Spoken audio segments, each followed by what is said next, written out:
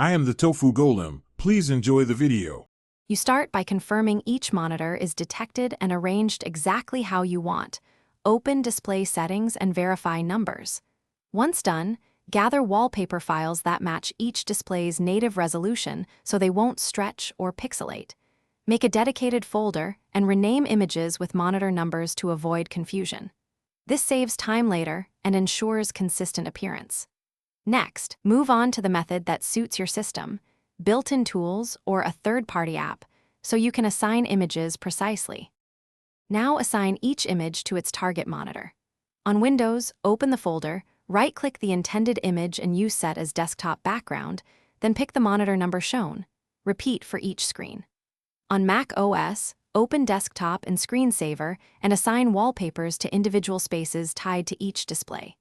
If you prefer more control, install a third-party app that maps images to monitors and supports rotation or playlists. Make sure refresh intervals and scaling options are set so wallpapers display correctly.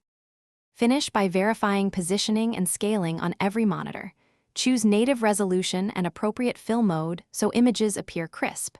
If wallpapers revert or swap after reboot, make sure your graphics drivers are up to date and that any display management software preserves monitor profiles.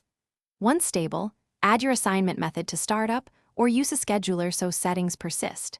If things go wrong, check cable connections and reassign one screen at a time to isolate the issue. That single troubleshooting step resolves most.